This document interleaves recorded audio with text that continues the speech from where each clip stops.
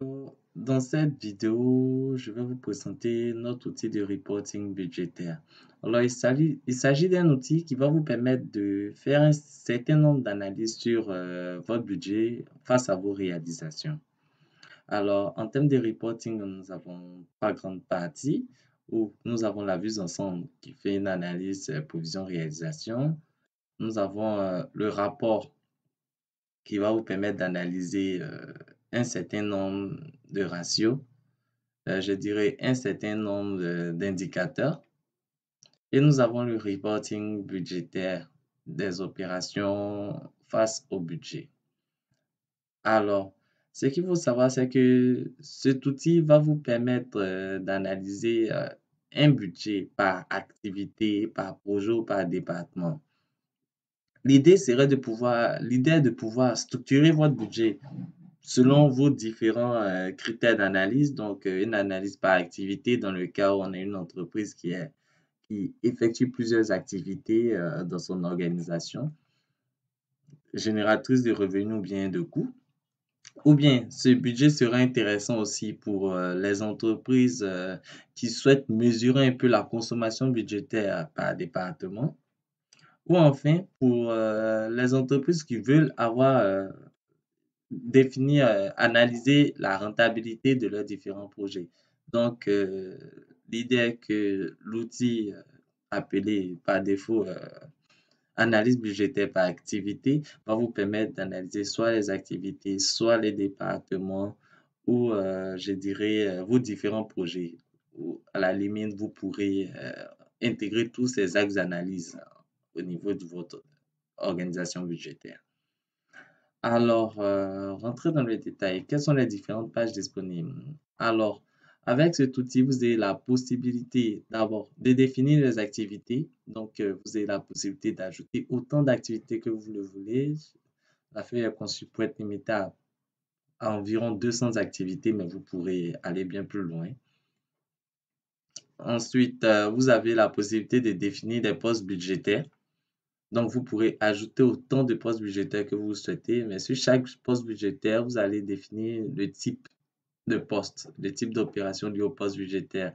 Il s'agit d'une analyse à savoir si nous avons affaire à des charges ou des produits. C'est très important parce que c'est à partir de cette analyse que le système va pouvoir définir les marges prévisionnelles et réalisées.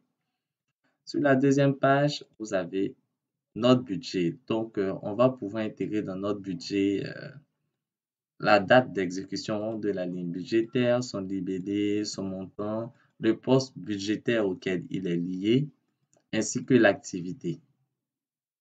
Donc, vous pouvez sélectionner parmi les différentes activités, voilà, au niveau de votre budget. Donc, par date d'exécution, il s'agit de la date à laquelle le budget sera engagé ou exécuté, dans la mesure où l'objectif est de pouvoir effectuer une analyse sur plusieurs années. Donc, pour le budget de la première année, vous allez intégrer, je dirais, si vous voulez aller sur des budgets mensuels, vous allez intégrer le début ou la fin du mois lié à la ligne budgétaire, à l'opération. Ou pour l'annuel, vous pourrez aller intégrer la dernière date de l'année. Mais par défaut, nous conseillons de pouvoir casser le budget en mois afin d'avoir une visibilité vraiment plus dynamique quoi, et pouvoir réagir, voir rapidement les dépassements au niveau des budgets. OK. Ensuite, vous avez la feuille des opérations. Sur cette feuille, vous allez enregistrer l'ensemble des opérations effectuées. Donc, vous avez la possibilité d'enregistrer la date de l'opération, le numéro de la facture, la pièce comptable liée à l'opération, définir un libellé à l'opération.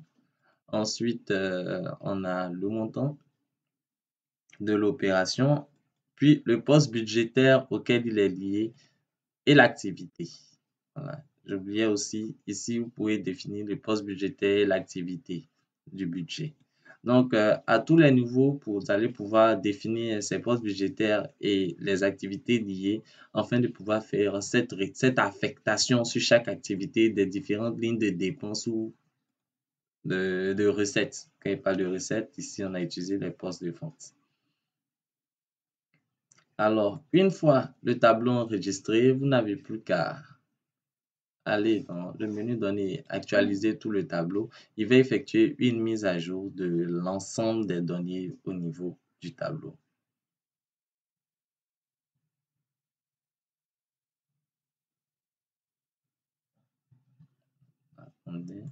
Voilà.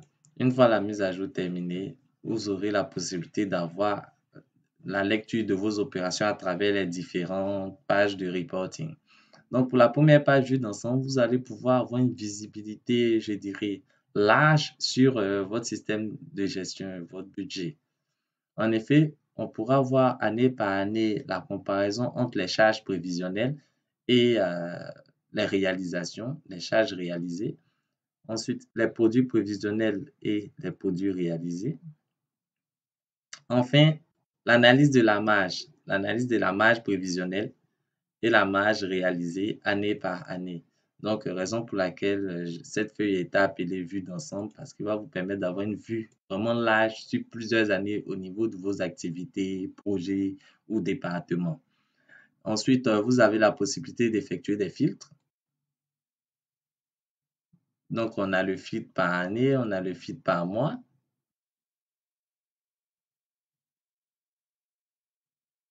Avec la possibilité aussi de sélectionner plusieurs mois. Ensuite, on peut faire une analyse par activité.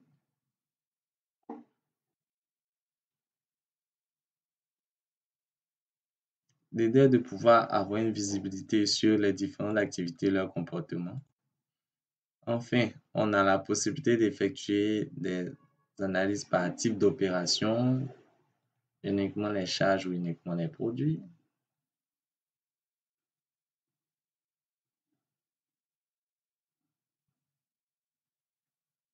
OK.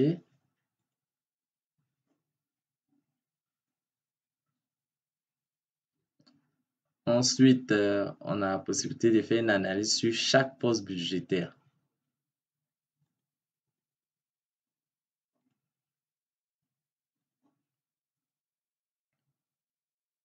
Alors, la deuxième feuille qui est le rapport va vous permettre d'avoir une vue sur les principaux indicateurs. Donc, d'abord, on a l'indicateur, on a la marge. Donc, pour la période choisie, vous pourrez avoir une visibilité sur la marge de cette période. Et là, vous avez la marge réalisée en grand et en dessous, je dirais, la prévision de marge pour la période. Donc, la flèche à côté va vous permettre de montrer le sens si on a un écart favorable ou défavorable.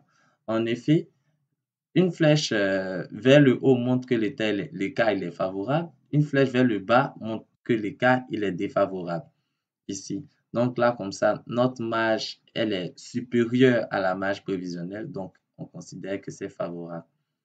Ensuite, on a les charges. Les charges actuelles réalisées sont supérieures aux charges prévisionnelles. Là encore, on a un écart favorable. Enfin, on a, je dirais, des produits. Pour le cas des produits, là, les produits réalisés sont inférieurs aux produits prévisionnels. Donc là, on a un écart défavorable, d'où la flèche qui est en bas. Ensuite, on pourra analyser les objectifs versus les réalisations par activité. Donc, pour chaque activité, on a la possibilité d'avoir le nom. Ensuite, l'écart, du moins la réalisation, c'est ça, et le taux de réalisation. Donc, on a cette barre, cette bullet chart qui va vous permettre d'avoir une visibilité sur votre situation par rapport à vos prévisions.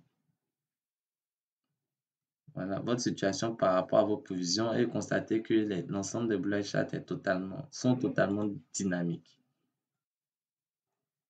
Donc, on a l'écart à moins de 100%, à 0, à 100% et à plus de 100%.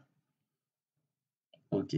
Donc, on a aussi la possibilité de défiler au cas où vous avez plusieurs activités afin de voir un peu votre niveau, je dirais, votre niveau disons, les différents niveaux d'objectifs vers réalisation par activité.